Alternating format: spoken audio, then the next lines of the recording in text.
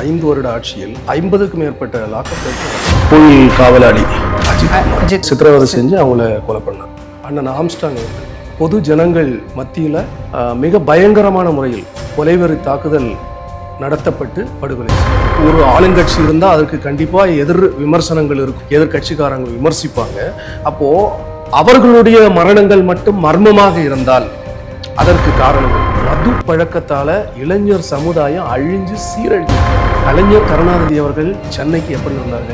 எல்லாமே ஊழல், கட்ட பஞ்சாயத்து, ரவுடிசம், இதன் மூலமாக வருகிற பணத்தை தான் அவர்கள் சேர்த்து, அது இங்கே மட்டும் கிடையாது, எல்லாம் வெளிநாடுகளில் கோடி கோடியாக கருப்பு பணம் பதுக்கி வச்சிருக்காங்க. 300 கோடி மதிப்பிலான போதைப் பொருள் கடத்தினவர்கள் இங்கே திமுகவுடைய நிர்வாகிகள், டிஎம்கே குடும்பம் ஒட்டுமொத்தமாக எல்லாமே வந்து ஜெயிலில். கட்சியினர் வேட்பாளர் வந்து டெபாசிட் வாங்குவாரா இல்லையா அப்படின்ற அந்த கேள்விக்குள் போச்சுன்னா இப்போ பேசக்கூடிய அரசியல் விட்டு விலகிறதுக்கான வாய்ப்பு அது ஏதாவது இருக்குதா? மக்கள் அனைவருக்கும் வணக்கம். நான் உங்கள் விஜய் சௌமியா. இன்னைக்கு நம்மளோட இணைஞ்சிருக்கிறவங்க தமிழ்நாடு மகாத்மா காந்தி மக்கள் கட்சியினுடைய மாநில தலைவர் திரு தக்சன் விஜய் அவர்கள். வணக்கம் சார். வணக்கம். ஸோ நடந்து முடிந்த தேர்தல் பற்றியும், தேர்தலில் பல பேர் பல விஷயங்கள் பேசியிருந்தாங்க, பல தலைவர்கள் நிறைய விஷயங்கள் பண்ணியிருந்தாங்க, இதை பற்றியில தான் இப்போ நம்ம வந்து விவாதிக்க போகிறோம். முக்கியமாக நீங்கள் பெரும்பாலான குற்றச்சாட்டுகள் வைக்கக்கூடியது வந்து பார்த்திங்கன்னா ஆளுங்கட்சியான திமுக மேலே தான் உங்களுடைய குற்றச்சாட்டு இருந்துகிட்டே இருக்குது. அவங்க ஆளுங்கட்சியாக இருக்கிறதுனால எப்படி இருக்குது, மக்கள்கிட்ட அவங்களுடைய கருத்துக்கள் எப்படி இருக்குன்னு ஒரு சில பேர் சொல்கிறது வச்சும், அண்டு இப்போது அதிகப்படியான குற்றங்கள் வந்து காவல்துறையினரால் லாக்அப் டெத் வந்து அதிகமாக இருக்குதுன்னெலாம் நீங்கள் சொல்லியிருந்தீங்க உங்களுடைய போன வீடியோவிலலாம் பார்த்துருந்தோம் நாங்கள். ஆனால் ஆக்சுவலி பார்த்திங்கன்னா சட்டம் ஒழுங்கு அங்கங்கே இதுவாக இருக்குதுன்னு கேள்விப்பட்டாலும் அது உடனடியாக வந்து காவல்துறையினர் அவங்கள வந்து அரெஸ்ட் பண்ணி அண்ட் அதுக்கான தண்டனையை வந்து வாங்கி கொடுத்துட்றாங்க. லாக்அப் டெத்தும் வந்து கம்மியாகி இருக்குது அப்படின்ற மாதிரியான விஷயமும் வந்து பார்க்க முடியுது. அப்புறமா ஏன் இந்த குற்றச்சாட்டு நீங்கள் வச்சுக்கிட்டே இருக்கிறீங்க? சென்ற ஆட்சியில், அதாவது 5 வருட ஆட்சியில் 50க்கும் மேற்பட்ட லாக்அப் டெத்து நடந்திருக்கு. அதுக்கு முந்தைய ஆட்சியிலையும் இதே மாதிரி ஒரு 50க்கும் மேற்பட்ட லாக்அப் டெத்து இப்பயும் நடந்தது. இப்போ அண்மையில் சமீபத்தில் வந்து 2026 அந்த கோயில் காவலாளி அஜித் ரொம்ப சித்திரவதை செய்யப்பட்டு, எப்படி சாத்தான்குளத்தில் வந்து பெனிக்ஸ் ஜெயராஜ் படுகொலை செய்யப்பட்டார்கள். கோயிலுக்கு வெளியே வந்து சித்திரவதை செஞ்சு அவங்கள கொலை பண்ணாங்க. ஸோ சட்ட ஒழுங்கு பிரச்சனை. அண்ணன் ஆம்ஸ்டாங் அவர்கள் ஒரு பட்ட பகலில் பொது ஜனங்கள் மத்தியில் மிக பயங்கரமான முறையில் கொலைவெறி தாக்குதல் நடத்தப்பட்டு படுகொலை செய்யப்பட்டார். இதுவரையிலும் யார் இதற்கு மூளையாக செயல்பட்டார்கள் இதை வந்து கண்டுபிடிக்கல. யார் படுகொலை செஞ்சாங்க, அந்த கூலிப்படையினர், அவங்கள கண்டுபிடிச்சிட்டாங்க. உடனே ஒரு சிலர் வந்து சரணடைஞ்சாங்க. ஆனால் நான் கேட்குறது, இதில் மூளையாக ஒருத்தங்க செயல்பட்டுருப்பாங்கல்ல, மூல காரணம். எஸ், அவருடைய தலைக்கு வந்து பல கோடி ரூபாய் விலை பேசப்பட்டு யார் இதை வந்து செய்ய தூண்டியது, இதுவரையிலும் அது வந்து கண்டுபிடிக்கப்படவில்லை. ஒரு விஷயத்தை நீங்கள் வந்து கவனிக்கணும்.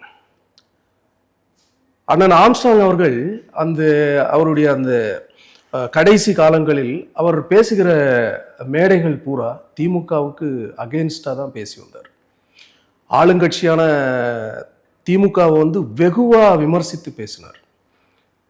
அதே ஆளுங்கட்சி ஆட்சியில் தான் அவர் படுகொலை செய்யப்படுகிறார்.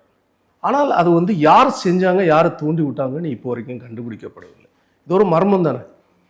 அப்போ நான் சொல்கிறேன், இப்போ அவருடைய மனைவி கணவனுடைய படுகொலைக்கு வந்து நீதி வேண்டும் சொல்லி இன்னைக்கு வந்து பொற்கொடி ஆம்ஸ்டாங், அவங்களுக்குமே நிறைய த்ரெட் இருக்குது, அவங்க சொல்கிறாங்க நிறைய மிரட்டல்கள் இருக்குது அப்படின்னு சொல்கிறாங்க. இருந்தாலும் அந்த பெண்மணி வந்து தன்னுடைய கணவனுடைய படுகொலைக்கு நீதி வேண்டும், நியாயம் வேண்டும் என்பதற்காக அதற்கு எதிரணியான அதிமுக கட்சியில் இன்று வேட்பாளராக களமாடுகிறார். கரெக்டுங்களா? அப்போது இன்னைக்கு நானும் வந்து திமுக கட்சியை விமர்சிக்கிறேன், நிறைய கட்சிகளை விமர்சிக்கிறேன். அப்போ எனக்கு நாளைக்கு இந்த நிலைமை வருமா? அப்போ என்னுடைய மனைவியும் குழந்தை இது போல சென்று வீதியாக போன்று என் கணவனுக்கு நியாயம் வேண்டும் என்று சொல்லி வாக்கு சேகரிக்க வேண்டுமா? இதே போல ஒரு சூழல் வருமா? இது ஒரு அவல நிலை. ஆம்ஸ்ட்ராங் அவர்களும் வந்துட்டு அவங்கள எதிர்த்து பேசுனதுனால தான் அவருக்கு இந்த நிலைமை. இப்போ நீங்கள் இந்த மாதிரி பேசுறதுனால எனக்கும் வரலாமே அப்படின்ற மாதிரி சொல்லும்போது நேரடியாகவே அவங்கள வந்து நீங்கள் இந்த மாதிரி தான் நீங்கள் பண்ணுறீங்க, உங்களை யாரெல்லாம் விமர்சனம் வைக்கிறாங்களோ அவங்களெல்லாம் நீங்கள் வந்து ஏதாவது ஒரு விதத்தில் இப்படி லாக் பண்ணுறீங்க அப்படின்னு. இப்போ நான் என்னையே போன்ற அரசியல்வாதிகள் அதாவது ஒரு ஆளுங்கட்சி இருந்தால் அதற்கு கண்டிப்பாக எதிர் விமர்சனங்கள் இருக்கும், எதிர்கட்சிக்காரங்க விமர்சிப்பாங்க.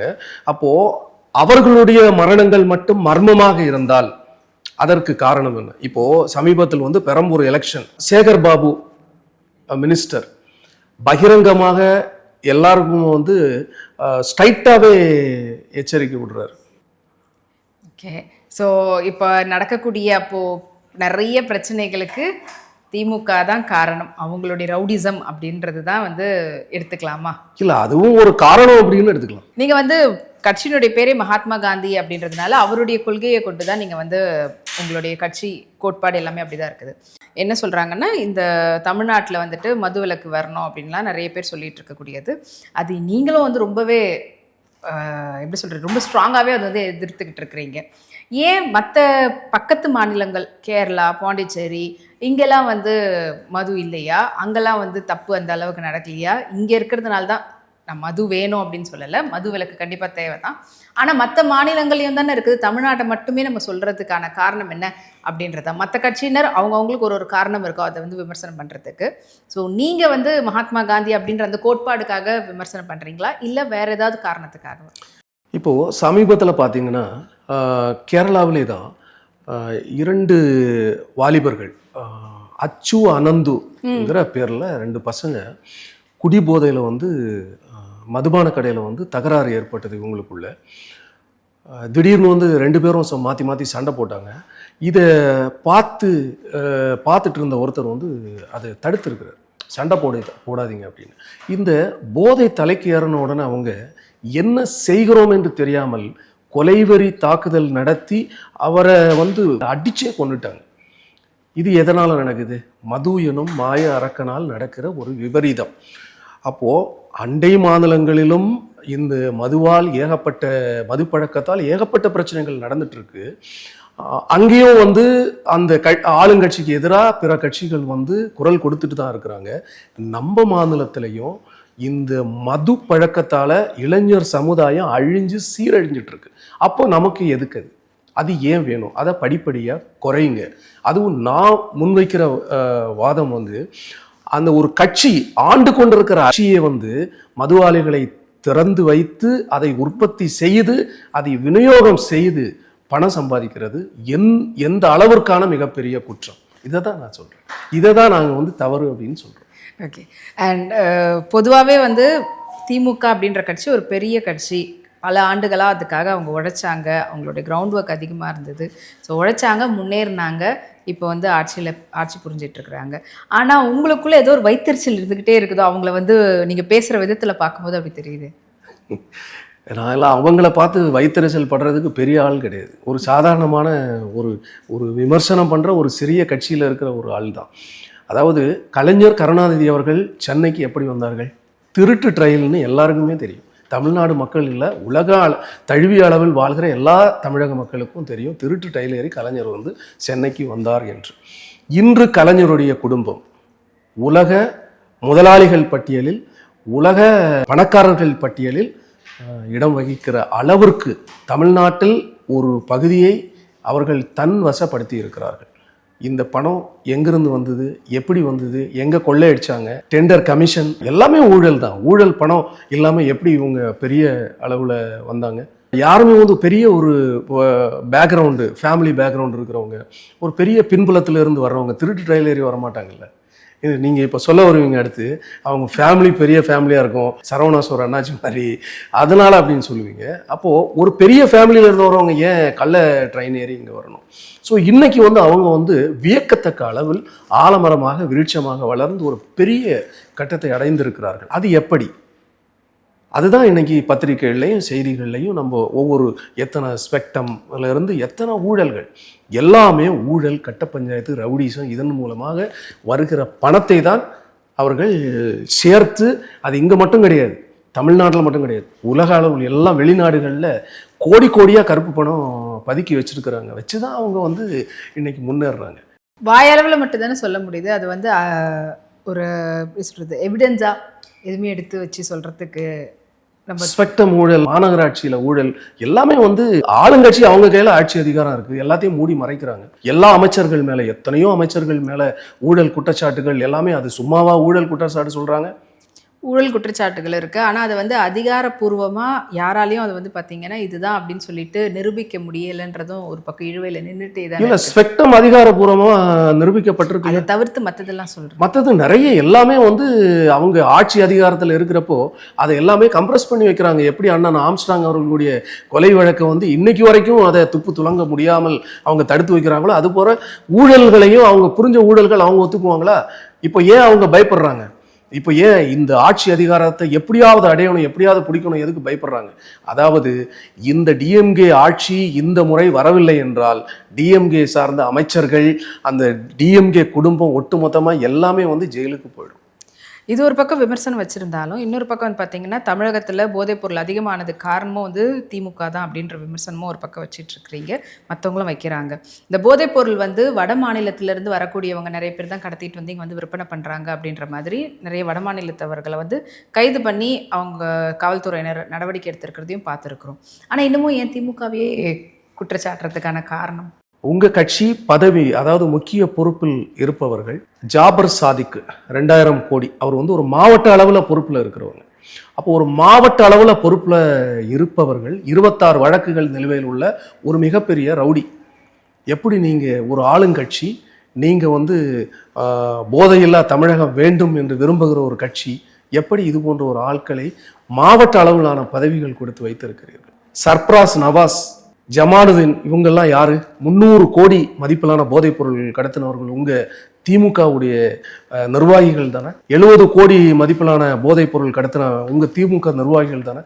உங்க திமுக கட்சியிலே 3000 கோடிக்கான போதைப் பொருள் கடத்தப்பட்டிருக்கு அப்படின்னா இது பிடிப்பட்டது, வழக்குகள் நிலுவையில் உள்ளது. அப்போ பிடிபடாதது எத்தனை பேர் இருக்கிறாங்க? அப்ப யார் போதைப் பொருள் இங்க கொண்டு வர்றீங்க தமிழகத்துல? ஏதோ ஒரு வடநாட்டுக்காரங்க பாவம் அப்பாவிங்க கேட்கறதுக்கு ஆள் இல்லை, அதவங்களை எல்லாம் ஒரு குற்றத்தை சுமத்தி கஞ்சா கடத்தினா அது கடத்தினான்னு நீங்க பிடிச்சி ஒரு சாட்சிக்கு நிறுத்துவாங்கல்ல, அது மாதிரி அவங்களே வந்து குண்டம் வைக்கிறாங்க, அவங்களே எடுக்கவும் செய்யறாங்க அப்படின்னு. அப்படிதான் பிள்ளையும் கிள்ளி தொட்டில் ஆட்டுறாங்க தான் சொல்ல முடியும். அவங்களுடைய மூலமா தான் போதைப் பொருள் வருது. அதுக்கு முன்னாடி இல்லைங்களா தமிழகத்துல போதை? நீங்க வந்து ஒரு ரோல் மாடலா இருக்கணும். போதையில்லா தமிழகம் அப்படின்னா உங்க கட்சிக்காரங்க ஏன் அதை செய்யறாங்க? அதுக்கு நீங்க தான் ரெஸ்பான்சிபிள். நான் இப்போ ஒன்று கேட்குறேன் உங்களுக்கு, அதாவது உங்களுடைய கட்சியில ஒரு மாவட்ட பிரதிநிதியா இருக்கிற ஒருத்தங்க, ஒரு மாவட்டத்தில் ஒரு பெரிய பொறுப்பு வகிக்கிறவங்க சும்மா நீங்க பதவி கொடுத்துருவீங்களா? எத்தனை கோடி உங்க கட்சிக்கு செலவு பண்ணா, எத்தனை கோடி வாரி பணத்தை இறைச்சா நீங்க அந்த பொறுப்பை கொடுத்து வச்சிருப்பீங்க. அப்போனா அவன் எடுத்துட்டு வந்த பணம் எங்க? போதைப் பொருளை வித்து சம்பாதிக்கிற பணத்தை எடுத்துட்டு வந்து உங்க கட்சிக்கு செலவு பண்றான். அப்போ வந்து நீங்க அதுல பங்குதாரர் தானே. ஸோ திமுகவை வந்து எல்லா விதத்துலையும் அட்டாக் பண்றதுல ரொம்ப இதுவா இருக்கிறீங்க அப்படின்னு தெரியுது.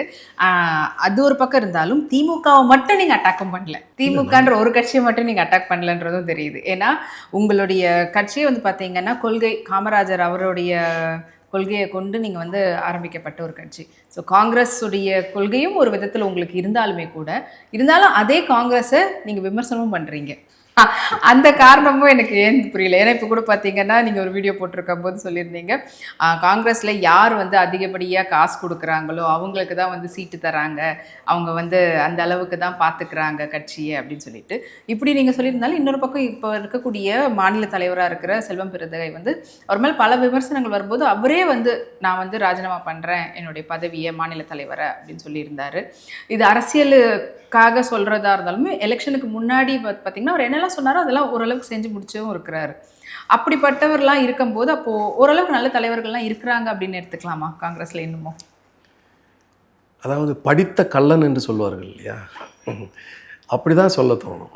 செல்வ பெருந்தகை அவர்கள் மாநில தலைவர், காங்கிரஸ் கட்சியுடைய மாநில தலைவர். நான் கட்சியில மாநில தலைவரா இருந்தப்பையும் நல்லவனா நடிச்சுட்டே இருக்கணும், பதவியை துறந்து வெளியே போறப்பையும் நான் நல்லவனாவே இருக்கணும் அப்படின்னு நினைச்சு நடக்கிறது மாதிரி எனக்கு தோணுது. ஏன்னா சென்ற சட்டமன்ற தேர்தல் 2021 சட்டமன்ற தேர்தலில் காங்கிரஸ் கட்சிக்கு வந்து அதுக்கு முன்பே உள்ள தேர்தலில் வந்து ஒரு 25 சீட்டு ஆளுங்கட்சியான திமுக கட்சி ஒதுக்கியது. இந்த முறை வந்து அதில் சற்று முன்னேற்றம், 28 சீட்டுகள் கொடுத்தார்கள். அது அந்த 3 சீட்டு எதுக்கு அப்படின்னா இவங்க வந்து டிவிக்கே கூட ஓட்டிடக்கூடாது அப்படின்ற பயம். அது ஒரு இன்னொரு பக்கம் வச்சுக்குவோம். ஸோ 28 சீட்டு வாங்கி சாதிச்சிட்டாங்க. நான் கேட்குறேன், ஒரு சீட்டுக்கு வந்து 2 கோடி ரூபாய், 28 2 60 கோடி ரூபாய் கிட்ட கலெக்ஷன் பண்ணிட்டார். ஏன்னா நானே வந்து அந்த காங்கிரஸ் கட்சியில் இருந்த பல சட்டமன்ற உறுப்பினர்கள் பேசுகிறப்போ, நான் பேர்களை குறிப்பிட விரும்பவில்லை, பேசுகிறப்போ அவங்களே சொல்லியிருக்காங்க, நான் 10 கோடி கொடுத்தேன், 5 கோடி கொடுத்தேன், 20 கோடி கொடுத்தேன். நான் சொல்கிறது ஒரு மிக குறைந்த இலக்கம். 2 கோடி போட்டால் கூட 60 கோடி சம்பாதிச்சிட்டாரு. இப்போ வந்து நல்லவனாக வெளியே திரும்பி போகிறதுக்கு குட் பை சொல்லிட்டு போகிறாரு. இப்படி தான் நான் சொல்ல முடியும். இதுவும் ஒரு விதமான ஒரு நடிப்பு. அதாவது அது அப்படி இல்லை, இது ஒரு விதமான அப்பட்டமான நடிப்பு. அதாவது நானே வந்து நான் நல்லவன்ப்பா, நீங்கள் யாரும் என்ன தவறாக கருதக்கூடாதுப்பா அப்படின்னு சம்பாதிச்சுட்டு வெளியே போகிறார். அதாவது கர்ம வீரர் ஐயா பெருந்தலைவர் காமராஜர் அவர்கள் மகாத்மா காந்தியடிகள் காலத்தோட இந்த தமிழ்நாடு சரி, இந்த தேசம் முழுவதும் உள்ள அந்த மகாத்மாக்களும் மறைந்து விட்டார்கள், கர்ம வீரர்களும் மறைந்து விட்டார்கள். அதன் பிறகுள்ள ஆட்சியெல்லாம் கார்பரேட் ஆட்சி தான் நடந்துட்டு இருக்கு. இப்போ நான் முன்வைக்கிற வாதம் வந்து அந்த கர்ம வீரர் பெருந்தலைவர் ஐயா அவர்களுடைய ஒரு மறுமலர்ச்சி மீண்டும் வந்து ஏற்படணும். அது போன்ற ஒரு அரசியல் அமைப்பும் அரசியல் ஆட்சியும் ஏற்படும். அதுதான் இந்த மண்ணிற்கு வந்து பயன் பயக்கும். அதுபோல இந்த இளைஞர் சமுதாயம் எல்லாருக்குமே வந்து ஒரு நல்ல ஒரு பயன்பெறத்தக்க நல்ல நல்ல ஒரு மாற்றங்கள் உருவாகும். கர்ம வீரர் ஐயா பெருந்தலைவர் காமராஜர் ஆட்சியில் நீங்கள் பாருங்கள், எவ்வளோ அணைத்திட்டங்கள், எவ்வளவு இதை சொல்ல முடியும். இன்னைக்கு பாருங்கள், இன்னைக்கு எல்லாம் கொள்ளை அடிக்கிறாங்க, எல்லாத்தையும் ஊழல் கொள்ளை. ஒரு டெண்டர் கொடுத்தா அதில் கோடி கோடியாக ஊழல் பண்ணுறாங்க. அந்த டெண்டர் யாருக்கு கொடுக்குறாங்க? இப்போ ஒரு பிரிட்ஜு கட்டணும், டெண்டர் யாருக்கு கொடுக்குறாங்க? எல்லாமே வந்து ஆளுங்கட்சியினருக்கு, டிஎம்கேனா டிஎம்கே காரங்களுக்கு தான் கொடுக்குறாங்க. அப்போது நீ வந்து பணத்தை சம்பாதிச்சுக்கோ, நம்ம அரசியல் நடத்துவோம், நான் அரசியல் பண்ணுவோம், இப்படி தான் இன்னைக்கு போயிட்டு இருக்கு. அப்போது நாடு வந்து சீரழிஞ்சிட்டு இருக்கிறதா தானே அர்த்தம்.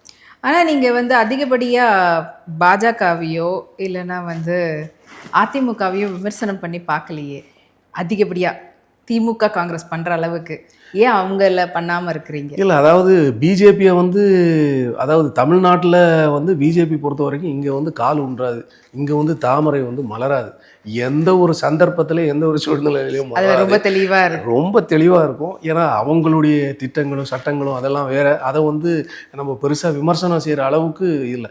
நம்ம கண்ணுக்கு எதிரே நடக்கிற நம்மளுடைய ஆட்சி, நம்மளுடைய அரசை வந்து முதலில் விமர்சித்தது அவங்கள பார்க்கணும். ஏன்னா இவங்களே சரியா இல்லையே. இப்போது மாநிலத்தில் பார்த்தீங்கன்னா டிஎம்கே ஏடிஎம்கே இவங்க 2 பேரும் கூட்டு கலவானீங்க. நீங்கள் மத்தியில் பார்த்தீங்கன்னா காங்கிரஸ் பிஜேபி இவங்க 2 பேரும் கூட்டு கலவானீங்க. இந்த 4 பேரும் திருடனுங்க தான்.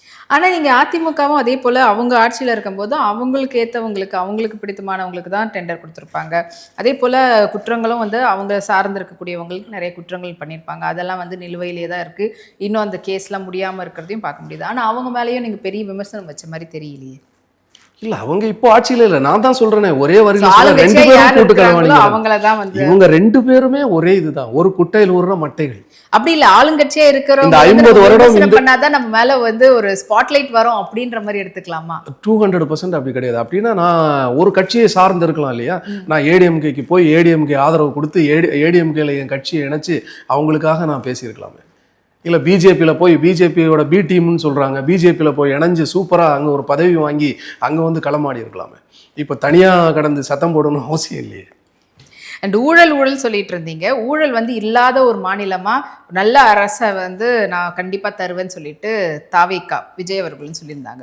ஆனால் நீங்கள் அந்த கட்சியும் வந்து விமர்சனம் பண்ணாமல் இருந்ததில்லை. முக்கியமாக இப்போது ஆரம்பிக்கப்பட்டு 2 வருஷமான இந்த கட்சி இப்போ இந்த 2026 எலெக்ஷனில் அவங்களுடைய தாக்கம் ஒரு பெரிய தாக்கமாகவே இருந்திருக்குதுன்னு நினைக்கிறேன். மக்கள்கிட்ட வந்து பரபரப்பான ஒரு அரசியலை பேசுனதாக இருக்கட்டும், மக்கள் அனைவருமே சின்னவங்கலேருந்து பெரியவங்க வரைக்கும் அரசியல் பேசுகிற வச்சதுக்கும் விஜய் தான் காரணம் அப்படின்றது. இது எப்படி பார்க்குறீங்க? ஏன்னா என்னதான் அவங்களுக்கு ஒரு பலம் இருக்குது அப்படின்னாலும் அதை வரவிடாமல் பண்ணுறதுக்கு ஆளுங்கட்சியாக இருக்கக்கூடிய திமுகவும் ஒரு பக்கம் ரொம்ப ஒரு வெறித்தனமான ஒரு செயல்லாம் பண்ணிக்கிட்டு இருந்தாங்க.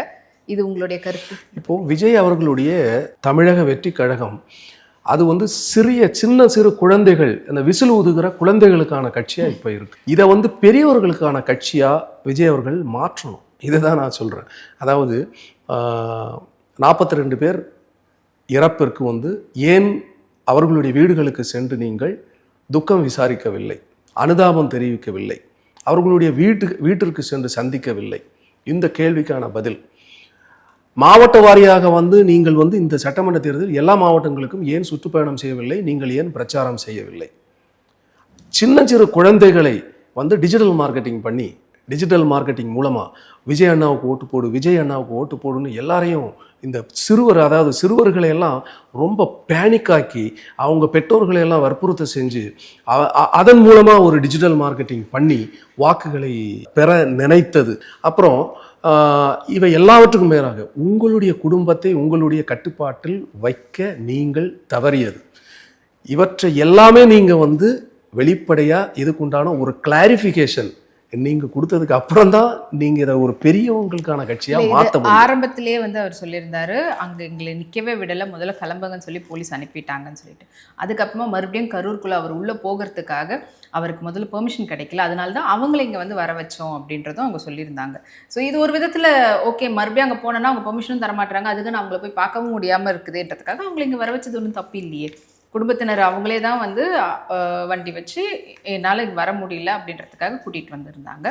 அண்ட் அதுக்கப்புறமா மாவட்ட வாரியாக அவரால் போக முடியாததுக்கும் நிறைய இடத்துல அவருக்கு அனுமதி கிடைக்கலன்றது சொல்கிறது கேட்டிருந்தோம். ஏன்னா இவங்க வந்தாங்கன்னா கூட்டம் ரொம்ப ஜாஸ்தி ஆகுது, எங்களால் காவல்துறையால் கண்ட்ரோல் பண்ண முடியலன்றதும் சொல்லியிருந்தாங்க. ஸோ இதெல்லாம் ஒரு விதமான மறுபடியும் அந்த மாதிரி ஏதோ ஒரு விபரீதமான ஒரு சம்பவம் நடந்துடக்கூடாதுன்றதுக்காக கூட சரி அவங்க சொல்கிறாங்க ஓகேன்னு சொல்லி அக்செப்ட் பண்ணிக்கிறதும் இதெல்லாம் கரெக்டாக தானே தோணுது. ஏன்னா கரெக்டாக இந்த எலெக்ஷன் சமயத்தில் இதையும் ஒரு பெரிய அளவில் கொண்டு போயிடக்கூடாது அப்படின்றதுக்காக கூட அவர் தவிர்த்துருக்கலாம். அவருக்கு பெர்மிஷன் கிடைக்கலன்ற போது அது நம்ம மறுபடியும் அதே எப்படி சொல்ல முடியும்? அதாவது விஜய் அவர்களுக்கு வந்த ஒரு கூட்டம் இது எதனால் வந்தது? அவர் ஒரு மிக சிறந்த நடிகர். இந்த நடிகர் என்பதனால் அவருக்கு வந்த ஃபேன் பேஜ், அவர்களை நம்பி ஏமாற போகிற ஒரு கூட்டம், அப்படிதான் நான் சொல்லுவேன். அப்போது இவர் கேரவன்லேருந்து கீழே இறங்கலை, எந்த ஒரு விஷயத்துக்கும் கீழே இறங்கி வரலை. இப்போது ஒரு 42 பேர் மிக ரொம்ப ரொம்ப ரொம்ப ரொம்ப மறக்க முடியாத ஒரு துயரமான ஒரு சம்பவம் நடந்தது. அவர்கிட்ட அங்கேயே இருந்திருக்கலாமே, ஏன் ஓடுனார் அங்கே இருந்து?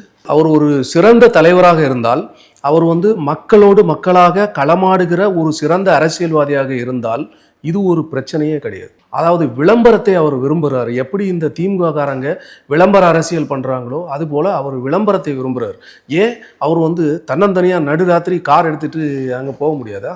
கரூர் போயிட்டு சந்திக்க முடியாதா? எத்தனை பெரிய பெரிய ரஜினிகாந்த் அவர்கள் கூட தன்னந்தனியாக கார் ஓட்டி வெளியே போகிறாரு. அவர் யாராவது பிடிச்சிட்ருக்காங்களா? அவர் போனோம். அவர் உண்மையிலே அவருக்கு அனுதாபம் இருந்தது, ஒரு மிகப்பெரிய பேரிழப்பு நடந்தது, துயரம் நடந்தது, துன்பம் நடந்தது, அதுக்கு நான் நேரடியாக சென்று மக்களை பார்க்க வேண்டும், சந்திக்க வேண்டும் என்று அவர் கருதி இருந்தால், எண்ணி இருந்தால் அவர் நிச்சயமாக அவர் போயிருப்பார். அவரும் ஒரு விளம்பர அரசியல்வாதி தான். விளம்பரத்தை தாண்டி அவர் வர வேண்டாம்னு சொன்னதுக்கு அப்புறமா ஒரு நடுராத்திரில போனாலும் சரி, எப்படி போனாலுமே ஒரு வீட்டுக்கு போகும்போதே அடுத்த வீட்டுக்கு அதுக்கான விஷயம் போயிடும், அவர் வந்திருக்கிறாரு அப்படின்ட்டு. அப்போ மறுபடியும் அதே போல பரபரப்பு தானே ஏற்படும். இல்லை, நான் சொல்றது ஒரு பானை சோற்றுக்கு ஒரு அரிசி பதம். ஒரு வீட்டுக்கு சென்றிருந்தா கூட அது இன்னைக்கு ஒரு பெரிய ஹைலைட்டாக இருந்திருக்குமே. ஸோ எப்படி இருந்தாலும் இந்த விமர்சனத்தை நாங்கள் வச்சே தீருவோம் அப்படின்றது தான் சொல்லியிருக்கிறீங்க. இது ஒரு பக்கம் இருந்தாலும் இன்னொரு பக்கம் குழந்தைங்களை அவர் இன்ஃப்ளூயன்ஸ் பண்ணிட்டார் அப்படின்றீங்க. ஆனால் இதே குழந்தைங்களை வச்சு திமுகவும் அவங்க விளம்பரப்படுத்தி இருக்கிறாங்க. இது போன எலெக்ஷனில் குழந்தைங்களே சொல்லியிருக்கிறாங்க விடியல் ஆட்சிக்கு ஓட்டு போடுங்க அப்படின்றது. அவருக்கு ஒரு நடிகராகவே பார்த்தீங்கன்னா சின்ன வயசுலேருந்து எல்லாருக்கும் அவர் ரொம்ப பிடிச்சிருக்குது. ஸோ அதனால நம்மளுக்கு பிடிச்ச ஒரு நடிகர், பிடிச்சவர் அப்படின்றது பசங்க மனசில் இது பண்ணிக்கு. அதே போல் அரசியல் அப்படின்றது பேச ஆரம்பிக்கிறதுக்கும் அவர் ஒரு பெரிய விஷயமா இருந்திருக்கிறாருன்னு சொல்லலாம். ஏன்னா இது வரைக்கும் பார்த்தீங்கன்னா சின்ன பசங்க அரசியல்னா என்னன்னு தெரியாமல் இருந்திருப்பாங்க, எப்படி என்றது புரியாமல் இருந்திருப்பாங்க. அவர் வந்திருக்கிறாருன்னு அதை பற்றி பார்க்க ஆரம்பித்தாங்க, பேச ஆரம்பித்தாங்க. அது ஒரு விதத்தில் நல்லதுன்னு நம்ம ஏன் எடுத்துக்க கூடாது? இல்லை, அதாவது குழந்தைங்களுக்கு ஒரு மாய வலையை விரிச்சிருக்கிறார், ஒரு மேஜிக் ஷோ மாதிரி பண்ணி வச்சிருக்கிறார். பட் என்னதான் இருந்தாலுமே கூட உங்களுடைய கட்சியும் பார்த்தீங்கன்னா அவர் நிற்கக்கூடிய அந்த பெரம்பூர் தொகுதியில் தானே நீங்களும் நின்று இருக்கிறீங்க. உண்மையாலே உங்களுக்கு அவரை பார்க்கும்போது அந்த ஒரு இல்லை அப்படின்னு தோணியிருந்தா நீங்கள் மற்ற இடத்துல கூட நின்று இருக்கலாம். பர்டிகுலராக பெரம்பூர் தொகுதியில் தான் உங்களுடைய தமிழ்நாடு மகாத்மா காந்தி மக்கள் கட்சி சார்பாக வேட்பாளரை நிறுத்தியிருக்கிறீங்க. இஃப் இன் கேஸ் அது அவங்க விஜய் ஜெயிக்கலன்றதை தாண்டி உங்களுடைய கட்சியினர் ஜெயிக்கலன்றதை தாண்டி உங்கள் கட்சியினர் அவங்க வேட்பாளர் டெபாசிட் வாங்குவாரா இல்லையா அப்படின்ற அந்த கேள்விக்குள்ளே போச்சுன்னா, இஃப் இன் கேஸ் நீங்கள் விதமான ஒரு முடிவு வருது உங்கள் கட்சிக்கு அப்படின்னும் போது இப்போ பேசக்கூடிய அரசியலும் அரசியல் விட்டு விலகிறதுக்கான வாய்ப்பு அது ஏதாவது இருக்குதா? நிச்சயமாக கிடையாது. நான் எதுக்கு விலகணும்? நான் எந்த தவறுமே செய்யலையே. அதாவது என்னுடைய கட்சி ஆரம்பிக்கப்பட்டு ஒரு 4-5 வருஷம் ஆச்சு. இது 2வது முறை தேர்தல். இந்த முறையும் அதுபோல் பெரம்பூர் தொகுதியில் ஒரு வேட்பாளரை நிறுத்தி இருக்கிறோம். இந்த முறை சில வேளை இந்த தேர்தலில் 100 வாக்குகள் பெரம்பூர் தொகுதி மக்கள் அளித்தாலும் அதுக்காக நாங்கள் எப்பயுமே மனசு வேதனைப்பட மாட்டோம், சோர்வடைய மாட்டோம், சங்கடப்பட மாட்டோம். திரும்பியும் மக்கள் பணிகளில் எங்களை அர்ப்பணிக்க வேண்டும். மக்களோடு மக்களாக களமாட வேண்டும். மக்கள் பிரச்சனைகளுக்கு எதிர்த்து குரல் கொடுக்க வேண்டும். மக்களுக்கு நன்மை பயன்பெறத்தக்க வகையில் இருக்கிற பல திட்டங்களுக்கு ஆதரவாக நாம் மக்களோடு மக்களாக இணைந்து செயலாற்ற வேண்டும் என்கிற எண்ணம் தான் ஏற்படுமே தவிர, அவர்கள் வழங்கிய வாக்குகள் இவ்வளவு, அதனால் நான் ஒரு பேனிக்காகவோ அதனால் சோர்வடையவோ மாட்டேன். இன்னும் நிறைய மக்கள் பிரச்சனைகளை பண்ணணும் அப்படின்ட்டு தான் நான் நினைக்கிறேன். ஏன்னா மக்கள்கிட்ட போய் சேர்ற அளவுக்கு, ரீச் ஆகிற அளவுக்கு ஒரு மிகப்பெரிய களப்பணியை மகாத்மா காந்தி மக்கள் கட்சி ஆற்றவில்லை. இது ஒரு உண்மை. அப்போ அதை பூர்த்தி செய்யணும். செஞ்சதுக்கப்புறம் நம்ம எதிர்பார்த்தா அதில் ஏதோ ஒரு ஆனால் உண்மையிலே ஒரு விஷயத்தை ஒத்துக்கணும் சார், பாராட்டணும் கண்டிப்பாக. நாங்கள் இன்னும் அந்த அளவுக்கு இறங்கலை அப்படின்றது உண்மையாக நீங்கள் ஒத்துக்கிறீங்க. 6 ஆண்டுகள் கடந்த ஒரு கட்சியே இப்போ தான் களப்பணியில் நாங்கள் இன்னும் இறங்கணும் போது, 2 ஆண்டுகள் ஆன ஒரு கட்சி அவங்களும் இப்போ தானே ஒன்று ஒன்றா பண்ணிட்டு வந்துட்டுருக்குறாங்க. ஸோ அவங்கள மட்டும் ஏன் நீங்கள் இந்த ஒரு குற்றச்சாட்டு வச்சுட்டு இருக்கிறீங்க? அவங்களுக்கு கொஞ்சம் கரிசனம் காட்டலாமே. இல்லை, எப்பயுமே நீங்கள் ஒரு மிகப்பெரிய கட்சியையும் ஒரு சிறிய கட்சியும் ஒப்பிடவே கூடாது. ஏன்னா விஜய் அவர்களுடைய கட்சியை பொறுத்த வரையிலையும் அது ஒரு 2 வருஷத்தில் இவ்வளோ பெரிய ஒரு அரசியல் தாக்கத்தை ஏற்படுத்தி இருக்கிறது என்றால் அது ஒரு பெரிய வியூகம். அவர்களுடைய இப்போ 234 தொகுதிகளிலும் அவர்கள் வேட்பாளர்களை நிறுத்தி இருக்கிறார்கள். எல்லா வேட்பாளர்களுமே விஜய் என்கிற ஒரு பிம்பத்தை நம்பி அவருடைய ரசிகர்களாக இருக்கட்டும், அவருடைய கட்சிக்காரர்களாக இருக்கட்டும், அவரை நம்பி களத்தில் இறங்கினவர்கள். அவர்களுடைய சொந்த உழைப்பை போட்டு அவர்கள் சேமித்த பணத்தை வைத்துதான் இந்த அரசியலை, அந்த தேர்தல் கான்டெஸ்ட் பண்ணியிருப்பாங்க. ஸோ இவங்களை பொறுத்த வரைக்கும் அவர்களுடைய ஒரு மிகப்பெரிய கட்டமைப்பு மிக்க கட்சி ஒரு சின்ன சின்ன விஷயங்களில் கூட ஒரு கரெக்டான அணுகுமுறை இல்லாமல் பண்ணுவது தவறு என்று நான் சொல்கிறேன். இப்போ ஒரு எக்ஸ்பீரியன்ஸுக்கு 2 வருஷமோ 6 வருஷமோ முக்கியம் கிடையாது.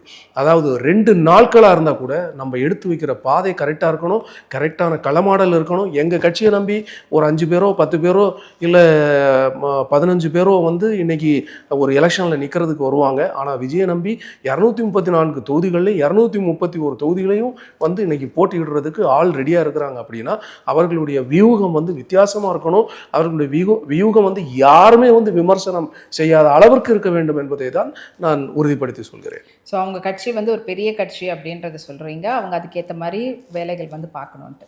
2 ஆண்டுகளான விஜயுடைய தாவேகா கட்சியும் பல ஆண்டுகளாக களத்தில் இருக்கக்கூடிய சீமான் அவர்களுடைய நாம் தமிழர் கட்சியும் நீங்கள் எப்படி பார்க்குறீங்க? அண்ணன் சீமான் அவர்கள் ஒரு நல்ல அரசியல்வாதி. உண்மையாகவே உண்மையான கடினமான உழைப்பு, 20 வருட அரசியல் போராட்டம், களப்போராட்டம் என்று கூட சொல்லலாம். ஒரு துணிச்சலான ஒரு நல்ல அரசியல்வாதி. எல்லாரையுமே எதிர்த்தார், விமர்சனங்களை முன்வைத்தார். அதை நம்ம மறுக்கவே முடியாது. இந்த 20 வருட உழைப்பின் பலன் எப்படின்னா, சென்ற சட்டமன்ற தேர்தலில் 3வது இடத்தை பிடித்தார். 3வது இடத்தில் வர்ற அளவிற்கு பல லட்சக்கணக்கான வாக்குகளை பெற்று அந்த 3வது இடத்தை அடைந்தவர்.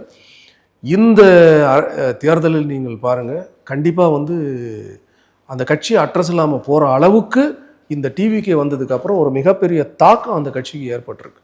அவருடைய உண்மையான உழைப்பு வீணடிக்கப்பட்டிருக்கு. கண்டிப்பாக விஜய் திமுகவோட பி டீம் என்று தான் நான் சொல்ல நினைக்கிறேன். திமுகவுடைய பி டீம்னு சொல்லிட்டீங்க. சாரி, அவங்க ஒரு பக்கம் ஒருத்தர் யாராவது ஒருத்தர் விஜய் ஏதாவது சொல்றோம், நீங்க இப்ப திமுகவுடைய பி டீம்ன்றீங்க. இல்லை, அதாவது ஏன் அப்படின்னு கேட்டிங்கன்னா, இப்போ 3வது இடத்தை அடைந்த சீமான் அவர்கள் இந்த முறை கண்டிப்பா 2வது இடத்தை அடைந்திருப்பார். கண்டிப்பா எதிர்கட்சியா வந்திருப்பார். எல்லா தமிழ்நாட்டில் உள்ள எல்லா மக்களுக்கும் இது தெரியும், எல்லா அரசியல் தெரிந்தவர்களுக்கும் இது தெரிந்த உண்மை. ஆனால் இன்று அவர் ஒரு 4வது இடத்தை அடைகிற அளவுக்கு விஜய் அந்த ஓட்டுக்களை எல்லாம் ஸ்பிளிட் அப் பண்ணியிருக்கிறார். அவருடைய வாக்குகளை பூரா சிதறடிச்சிருக்கிறார். அப்படின்னா இன்னைக்கு டிஎம்கேக்கு வெற்றி வாய்ப்பு சாதகமாக அமைஞ்சிருக்கு. அப்போ இதை பி டீம் தானே சொல்ல முடியும். அதாவது பிஜேபியோடைய பி டீம், டிஎம்கேயோடைய பி டீம், ஃபைனலி விஜய் வந்து இப்போ யாருக்கு தான் வேலை பார்க்குறாருன்னு தெரியாத அளவுக்கு ஆளாள்கொண்டு சொல்லியாச்சு. சரி, இதெல்லாம் இருக்கட்டும். சீமான் அவர்கள் 2வது இடம் 3வது இடம் அது இருக்கட்டும், இல்லைன்னா வந்து பெரிய வளர்ந்துருக்கக்கூடிய திராவிட கட்சிகள் அதிமுக திமுகவாக இருக்கட்டும், இல்லைன்னா தேசிய கட்சிகள் சொல்லக்கூடிய பிஜேபி காங்கிரஸ் இவங்களாக இருக்கட்டும், இவங்களெல்லாம் தாண்டி உங்கள் மனசாட்சியோட நீங்கள் வந்து பதில் சொல்லணும் இந்த கேள்விக்கு. வெறும் 2 ஆண்டு ஆன தாவேகா இந்த தடவை 2026 எலெக்ஷனில் ஒரு பெரிய அலையை வந்து அப்படியே அவங்க வந்து கிரியேட் பண்ணியிருக்கிறாங்க அப்படின்றது நீங்கள் ஒத்துக்கிறீங்களா இல்லையா? ஒரு பெரிய அலை அப்படின்னு சொல்ல முடியாது. ஒரு எப்படின்னா, அதாவது கடந்த சட்டமன்ற தேர்தலில் வந்து 74 விழுக்காடு வாக்குப்பதிவு நடந்தது. இப்போ 2026 சட்டமன்ற தேர்தலில் வந்து அது 85% அதிகரித்தது. ஏறத்தாழ ஒரு 11 விழுக்காடு வந்து வாக்குப்பதிவுகள் அதிகமாக நடைபெற்றது. இதற்கு காரணம் வந்து கண்டிப்பாக விஜய் என்கிற ஒரு பிம்பம் தான். ஏன்னா சிறுவர்கள் சிறுமிகள் இருந்து வயதான முதியவர்கள் வரையிலும் வாக்களிக்க வேண்டும் என்கிற ஒரு கட்டாயம், அதாவது ஜனநாயக கடமை ஆற்றுவதன் முக்கியத்துவத்தை உணர்ந்திருக்கிறார்கள். நமக்கு எல்லாருக்குமே வந்து அந்த பொறுப்பு இருக்குது, நம்ம எல்லாருக்குமே அரசியல் தெரியணும் அப்படின்ற ஒரு நிலையை வந்து அவருடைய அரசியல் வரவு வந்து உருவாக்கி இருக்கு. இதை வந்து யாரும் வந்து மறுக்க முடியாது. அதுபோல் இன்னைக்கு நீங்கள் எடுத்து பாருங்கள், டிஎம்கே காரங்களாக இருக்கட்டும், ஏடிஎம்கே காரங்க, ஒட்டுமொத்த அரசியல்வாதிகள் நான் உட்பட எல்லாருக்குமே வந்து ஒரு பயம் இருக்குது. சில வேளை விஜய் வந்துடுவாரோ, சில வேளை விஜய் ஒரு எதிர்கட்சியாக வந்துடுவாரோ, அதாவது விஜய் நம்பி இருக்கிற அவர்களுடைய ரசிகர் இவர்கள் எல்லாருமே வந்து இப்போ வரைக்கும் அவருடைய மனசில் வந்து எல்லாருடைய மனசில் பச்சை குத்தி இருக்குது, விஜய் தான் முதலமைச்சர் என்று. அப்போது இந்த ஒரு தாக்கத்தை அவர் வந்து உருவாக்கி இருக்கிறார். டிஎம்கே காரங்களுக்கே ஒரு பயம் கண்டிப்பாக இருக்கும் எல்லாருக்கும். அந்த பயம் இருந்ததுனால தான் அவர் சேகர் பாபு வந்து பகிரங்கமாக பிரச்சனை பண்ணுறாரு, எல்லாருக்கிட்டையும் ஃபோனில் மிரட்டுறாரு, நேரே போய் சண்டை போடுறாரு. அந்த அளவுக்கு அவங்களுக்கு பயம். ஐயையோ, நம்ம சில வேளை வந்து இந்த முறை இல்லை நம்ம ஆட்சி அதிகாரம் பறிபோய் விட்டால் எல்லாமே வெட்டா வெளிச்சமாயிடுமே, ஒரு மாட்டு அரசியல் வந்தால் நம்மளுடைய எல்லா முறைகேடுகளையும் நம்ம செஞ்ச எல்லா ஊழல்கள், நம்ம செஞ்ச எல்லா விஷயத்தையும் வந்து வெளியே வந்து அச்சடிச்சிடுவாங்களே, எல்லாம் பப்ளிசிட்டி பண்ணிவிடுவாங்களேன்ற ஒரு பயம் ஒரு சைடு இருக்கும். இந்த பயத்தையும் அவர் தான் ஏற்படுத்தினார். அண்டு இப்போ ஒரு 50 வருட அரசியல் வரலாற்றில் முதலாக ஒரு கட்சியை பார்த்து பயப்படுகிற அளவிற்கு வந்து ஒரு 2 வருஷ அரசியல் வந்து செயல்பட்டிருக்குன்றத ஒரு நிசாப்தமான உண்மை. அதை வந்து நான் மறக்க முடியாது. மனசாட்சியாக கேட்டதுனால நான் சொல்கிறேன், இந்த தாக்கம் ஏற்பட்டிருக்கு. கண்டிப்பாக அவருடைய தாக்கம் வந்து ஒரு பெரிய மாற்றத்தை வந்து இந்த தேர்தலில் ஒரு வாக்குப்பதிவு மூலிமா நம்மளுக்கு வந்து தெரிஞ்சிருக்கு. ஆனால் உண்மையாலேயே வந்து என்னைக்கு தெரியும்னு பார்த்தீங்கன்னா 4ஆம் தேதி தான் தெரியும். எந்த மாதிரியான ஒரு ஓட்டிங் பர்சன்டேஜ் ஒவ்வொரு கட்சியினரும் வாங்கியிருக்கிறாங்க, அவங்களுக்குன்னு இருக்கக்கூடிய அந்த ஓட்டிங் பேங்கை வந்து அப்படியே காப்பாற்றி இருக்கிறாங்களா, இல்லை இவர் வந்ததுனால மாற்றம் அடைஞ்சிருக்கா, இவருக்கு எந்த அளவுக்கு வெற்றி வாய்ப்பு இருக்குது அப்படின்றதையும், அண்ட் அது மட்டும் இல்லாமல் உங்களுடைய கலப்பணியும் நீங்கள் வந்து அடுத்த கட்டத்துக்கு கொண்டு போக போகிறேன் அப்படின்னு சொல்லியிருந்தீங்க. உங்களுடைய தமிழ்நாடு மகாத்மா காந்தி மக்கள் கட்சியும் வந்து வளரணும், தமிழ்நாட்டு மக்களும் அடுத்த கட்டத்துக்கு வளரணும்னு சொல்லிட்டு உங்களுடைய கருத்துக்களை பகிர்ந்ததுக்கு ரொம்ப ரொம்ப நன்றி.